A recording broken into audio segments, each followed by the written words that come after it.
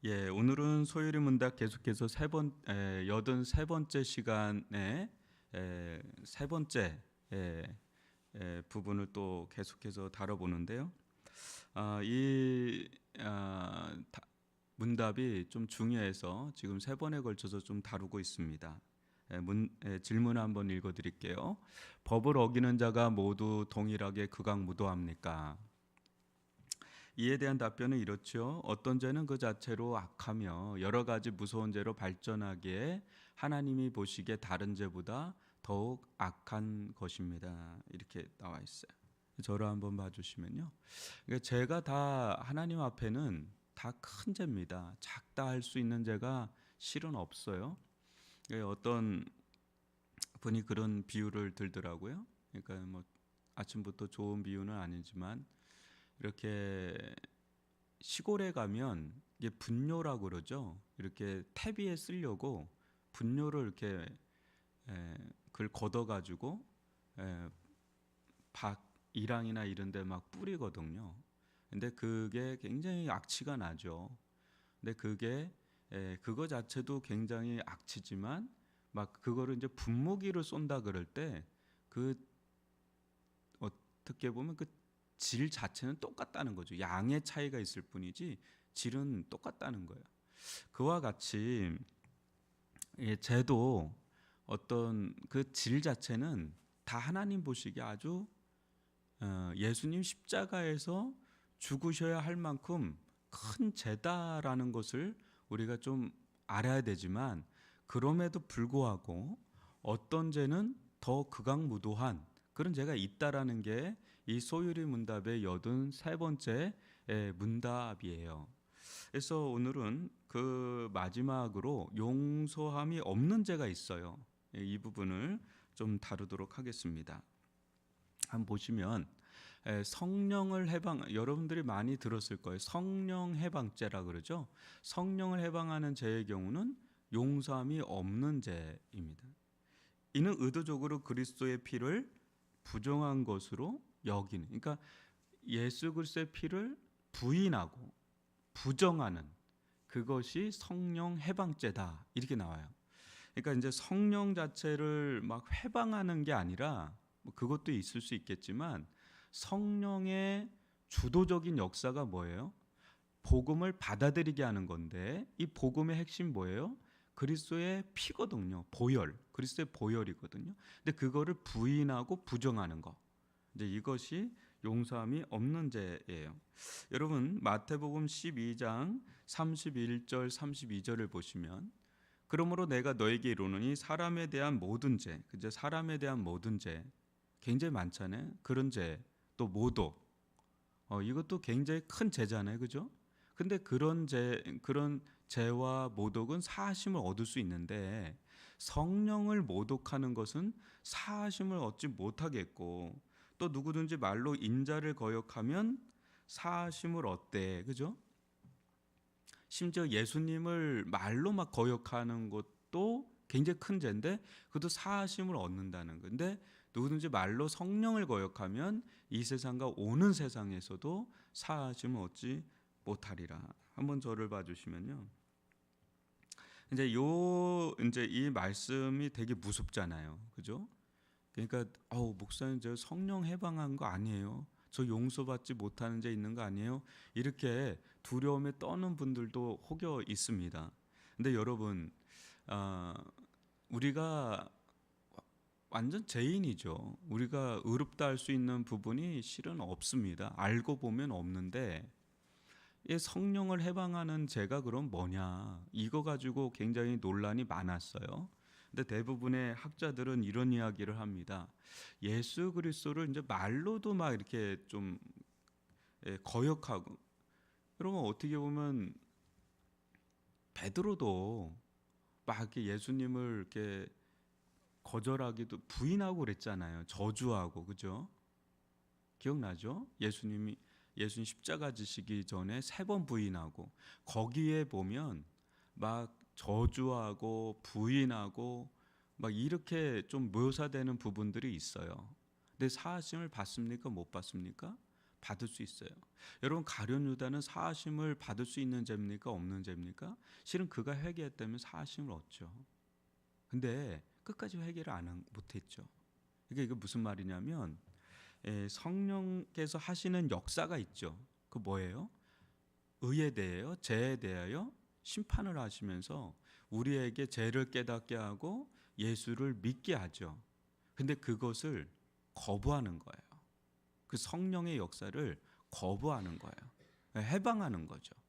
그러면 예수를 믿을 수가 없는 거죠. 예수를 믿지 않는 죄는 용서를 못 받잖아요. 예수를 믿지 않는데 어떻게 사하심을 받아요? 그 부분을 이야기하는 겁니다. 지금 이 대목이 누구를 향해서 하는 거냐면 바리새인과 서기관들이에요. 이게 바리새인과 서기관들 앞에서 이적과 기적을 행하고 수없이 말씀을 나누는데 막 모독하고 그래요. 그러니까 그런 거는 사하심을 받을 수 있다는 거예요. 근데 성령 해방죄는 너희들이 사하심을 받을 수 없다. 이 대목이 뭐냐면 너희들이 믿지를 않으면 사하심을 받을 수 없다는 건데, 믿게 하는 게 성령인데 그 성령의 어떤 사역을 거부하는 거, 이제 이럴 때는 뭐 용서받을 길이 없잖아요. 이제 그 부분을 이야기하는 겁니다. 특별하게 내가 성령 해방했으니까 내가 제사함 못 받는다 이런 게 아니라 예수 그리스도를 믿질 않으면 제사함이 없다라는 거죠. 근데 성령께서 그 사역을 하는데 그걸 거부하는 거죠. 그러면 어떻게 제사함을 받을 수 있겠어요? 이제 그 부분을 이야기하는 겁니다.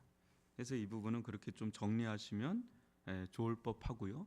그러니까 여러분들 가운데 하나님 말씀하시고 어떤 기적과 이적을 행할 수도 있고 끊임없이 성령께서 예수를 믿도록 여러분들 가운데 역사를 하는데 그걸 끝까지 거부를 한다, 받아들이지 않는다. 그럼 믿지 않는 자가 어떻게 구원을 받을 수 있겠어요? 사함을 받지 못하죠. 이제 그 부분을 이야기를 하는 거죠. 두 번째는요. 그리고 배교의 죄도 용서함이 없습니다. 배교란 하나님의 은혜의 수단 아래에 있으면서 한때 은혜로운 모습을 하고 있다가 신앙 고백을 저버리고 그리스도를 떠나는 것입니다. 한번 저를 봐주시면 이 배교라는 게 박해 시대에 주로 나타나죠. 그래서 우리나라도 일제 강점기 때나 6.25 때 배교하는 일들이 일어났습니다. 그런데 여기서 우리가 좀 잘 봐야 될 게 진짜 배교가 있고 그 믿음이 도저히 따라가질 못해서 핍박과 박해 가운데 배교하는 일들이 있어요. 그러니까 베드로 같이. 그런데 진짜 구원받는 사람들은 그런 것들에 대해서 회개를 하죠. 이제 신사참배가 그런 거예요. 근데 그 부분에 대해서 고신 측은 분리돼서 나갔죠. 순수하게 우리는 신사참배를 안 했다. 근데 우리 이제 교단, 이제 합동교단이나 통합교, 이제 그때 당시 대부분의 교단에 있는 사람들은 신사참배를 했단 말이에요. 근데 회개를 했죠.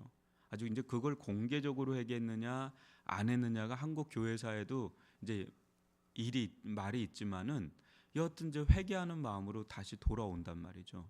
근데 끝까지 돌아오지 않는 거, 그게 이제 배교예요. 그런데 최근에 한국 기독교 안에 배교 현상이 있다라는 얘기가 아주 많이 나옵니다. 회자가 됩니다.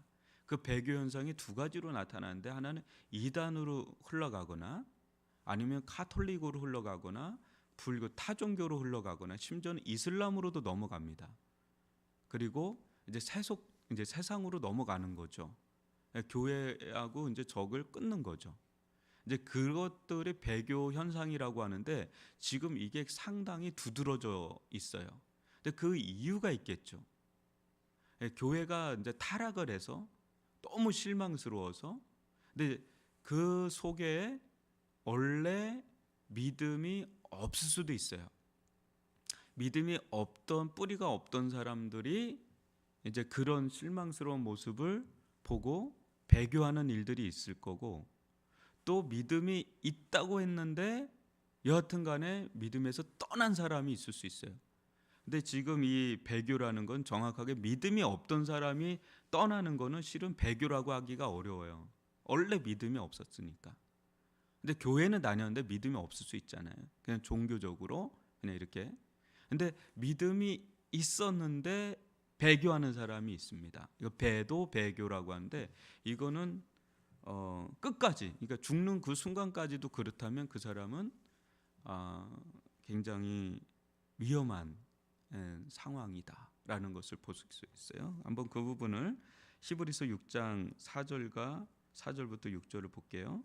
한 번 빛을 받고 하늘의 은사를 맛보고 성령에 참여한 바 되고 하나님의 선한 말씀과 내세의 능력을 맛보고도 타락한 자들은 다시 새롭게 하여 회개하게 할 수 없나니 이는 그들이 하나님의 아들을 다시 십자가에 못 박아 드러내놓고 욕되게 함이라. 이제 이 말씀이 용서받지 못하는 죄에 대해서 두 번째 성경에서 언급하고 있는데 이 부분도 이제 두 가지로 나뉩니다. 하나는 원래 믿음이 없었던 사람이 이렇게 되는 거다. 아니면 진짜 이런 은혜를 받았는데도 이렇게 됐다. 근데 후자의 어떤 게 많아요. 그래서 지금 히브리서 자체가 믿는 유대 그리스도인들에게 향하는 말씀이거든요. 대대적인 핍박의 시대에 있었고 아주 엄청난 많은 이들이 다시 유대교로 돌아가는 배교의 그런 흐름이 있었기 때문에 나온 말씀이 히브리서거든요. 그렇기 때문에 분명히 이런 경험을 했는데도 불구하고 어떤 연유에 그게 핍박이 됐던 박해가 됐던 어떤 연유가 됐던 완전히 떠나버린 거죠. 그래서 그리스도의 피를 완전히 부정해버리는, 보혈을 부정해버리는, 다시금 애굽으로 돌아가는 거죠. 애굽으로 돌아갈 수가 없잖아요. 출애굽을 했는데, 근데 그와 같은 일을 할 때 이것은 이제 드러내놓고 아예 욕되게 하는 거기 때문에, 그래서 이것을 용서받지 못하는 죄로 좀 보게 되는 거죠. 그렇잖아요. 예수님을 믿지 않으니까요. 아주 공개적으로 믿지를 않으니까 이건 구원받을 길이 없는 거죠. 그다음 보시면 이제 이런 경우가 있어요. 대마의 경우가 있는데 사도 바울과 누가와 동역했다가 결국 세상으로 가버리고 말았다. 그래서 믿음의 양심이 파손됐다 이렇게 되죠. 진리를 알고 있었죠. 근데 의도적으로 진리를 알고 경험도 했는데 의도적으로 진리를 버리고 세상으로 가는, 아마 이제 이런 경우를 본 분이 있을 수 있어요. 아주 교회 열심이었다가 완전히 그냥 세상 사람들처럼 돼버린 사람 있죠. 예전에 그랬다는 거. 예전에 나도 방언도 받고 은사도 받고 막 그랬다는데 완전히 그런 거. 여러분 대부분의 이단 중에 어떤 분들은 정통 기독교인에 있다가 간 분들이 많아요, 여러분. 교주도 그렇고요. 그러니까 그분들이 처음부터 그런 게 아닙니다. 막 은혜도 받고 그런데 완전 이단 사이비에 넘어간 사람들이 교주 가운데도 있고요. 그 아래에 있는 이제 신도라 그러죠. 굉장히 많습니다. 그러니까 그 사람들이 끝까지 돌아오지 않으면 그건 용서받지 못하는 죄에 해당하죠. 왜냐하면 우상 숭배를 하고 있잖아요. 그걸 어떻게 예수를 믿는다고 할 수가 있겠어요? 말이 안 되는 거죠. 그래서 타락과 배교는 가장 무거운 죄로서 용서함이 없어요. 그래서 이러한 죄에 대해서는 더욱 주의해야 합니다. 저를 봐주시면 오늘날은 후기 기독교 사회라고 그러거든요. 우리 한국 사회를. 이때 가장 많이 나오는 게 배교 현상입니다. 그래서 유럽 같은 경우도 17세기부터 18세기에 이르러서 가장 많이 설교가 나온 게 어떤 주제냐면 배교에 대한 그 설교가 가장 많이 나왔습니다. 왜냐하면 그때부터 합리주의라든지 계몽주의라든지 온갖 그 진화론, 이런 과학주의 이런 것들이 막 유럽 가운데 횡행하면서 엄청나게 많은 이들이 교회에서 막 떠나거든요. 그게 이제 배교 현상이 일어나는데 이 말세지 말에도 이제 그런 일들이 일어납니다. 근데 우리나라도 이미 후기 기독교 사회이기 때문에 어릴 때부터 교회 다니다가 완전히 이제는 배교되는 그런 일들이 막 일어나서 이 부분에 대해서 지금 엄청나게 많은 사람들이 이게 이 부분을 우려하고 있고 또 그 부분에 책이 나오고 설교가 나아가고 막 그렇습니다. 그래서 진짜 구원받은 자는 누구냐? 이게 그 청기도 시대에도 엄청난 중요 주제였는데 오늘날 우리 한국에는 이제 예전 같았으면 전도를 하는 설교가 강했겠지만 지금은 후기 기독교 사회로 넘어오면서 진짜 구원받는 믿음이 뭐냐라는 걸 다시 한번 재검해야 되는 거죠. 점검하고 재고해 보고 생각해 봐야 되는 거죠. 저도 그런 연유에서 지금 주일 예배 때 구원 얻는 믿음에 대해서 좀 나가고 있는데 이제 이런 부분들이 이게 잘 정립되지 않으면 배교의 현상이 막 일어나기 때문에 이제 교회가 이 부분에 대해서 굉장히 각별하게 주의를 할 필요가 있습니다. 오늘 뭐 간단하게 좀